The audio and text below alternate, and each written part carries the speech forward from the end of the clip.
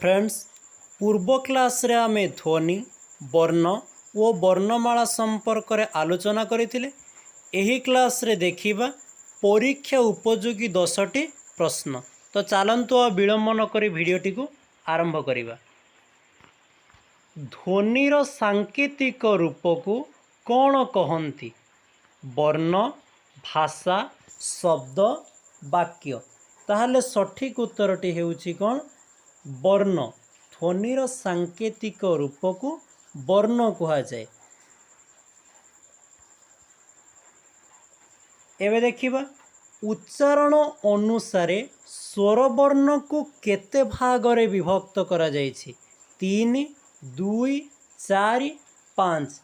ताहले सठिक उत्तरटी हेउछि कोन ना उच्चारण अनुसारे स्वर वर्ण को 2 भागरे विभक्त करा जायछि। कौन कौन? ह्रस्व स्वर एवं दीर्घ स्वर। चलंतु एबे 3 नंबर प्रश्न देखि जिबा। ओई औ क्यों वर्ण कहा जाए? ओई औ को क्यों वर्ण कहा जाए? व्यंजन वर्ण, स्वर वर्ण, संयुक्त वर्ण, वर्गीय व्यंजन। ताले सठिक उत्तरटी हेउछि संयुक्त स्वर वर्ण।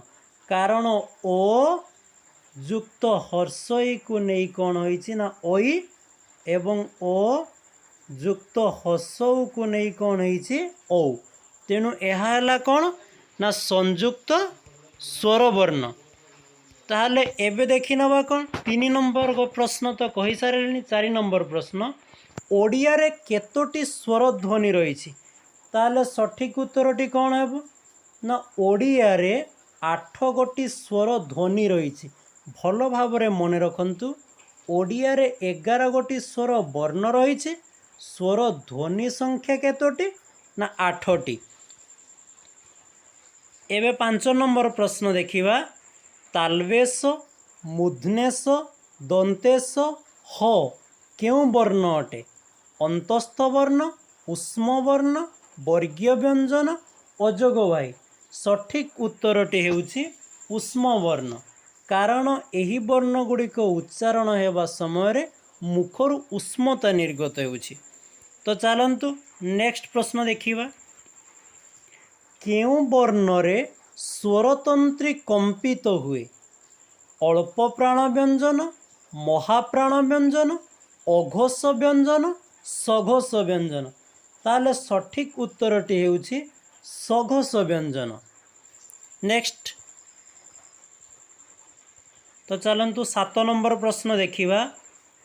प, फ, ब, भ, म क्यों वर्ण अटे? कंठीय, तालव्य, दंत्य, औष्ठ। एक्चुअली एटा औष्ठ्य होइथांता औष्ठ्य।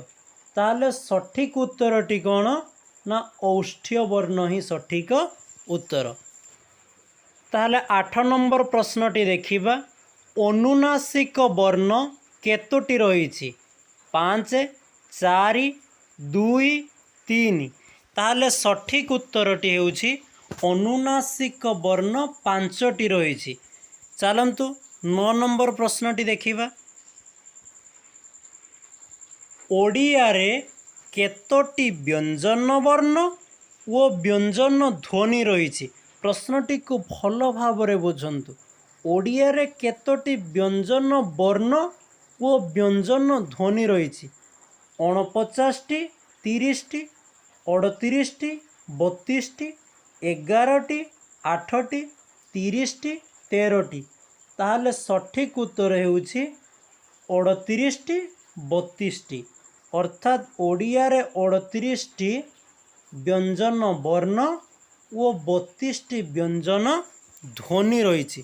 भल भाबरे मन रखंतु ओडिया रे 38टी व्यंजन वर्ण ओ 32टी व्यंजन ध्वनि रहिछि। 10 नंबर प्रश्नटी देखिबा। केतोटी ह्रस्व स्वर वर्ण रहिछि? केतोटी ह्रस्व स्वर वर्ण रहिछि? ताहले देखंतु 6, 2, 11, 4। ताहले सठिक उत्तरटी हेउछि 4।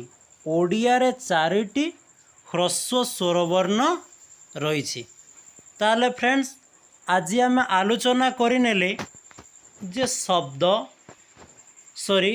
ଧ୍ୱନି, ବର୍ଣ୍ଣ ଓ ବର୍ଣ୍ଣମାଳା ସମ୍ବନ୍ଧିତ ପରୀକ୍ଷାରେ ପଡ଼ିବା 10ଟି ପ୍ରଶ୍ନ। ତ ଏହାପରେ ନେକ୍ସଟ ଭିଡ଼ିଓ ଦେଖିବା ପାଇଁ ଚ୍ୟାନେଲଟିକୁ ସବସ୍କ୍ରାଇବ୍ କରନ୍ତୁ ଓ ପାଖରେ ଥିବା ନୋଟିଫିକେସନ୍ ବେଲ୍ଟିକୁ ପ୍ରେସ୍ କରନ୍ତୁ, ଯାହାଫଳରେ ମୁଁ ପ୍ରଥମେ ଭିଡ଼ିଓ ଆପଲୋଡ଼ କରିଲେ ଆପଣମାନେ ଦେଖିପାରିବେ। ଧନ୍ୟବାଦ।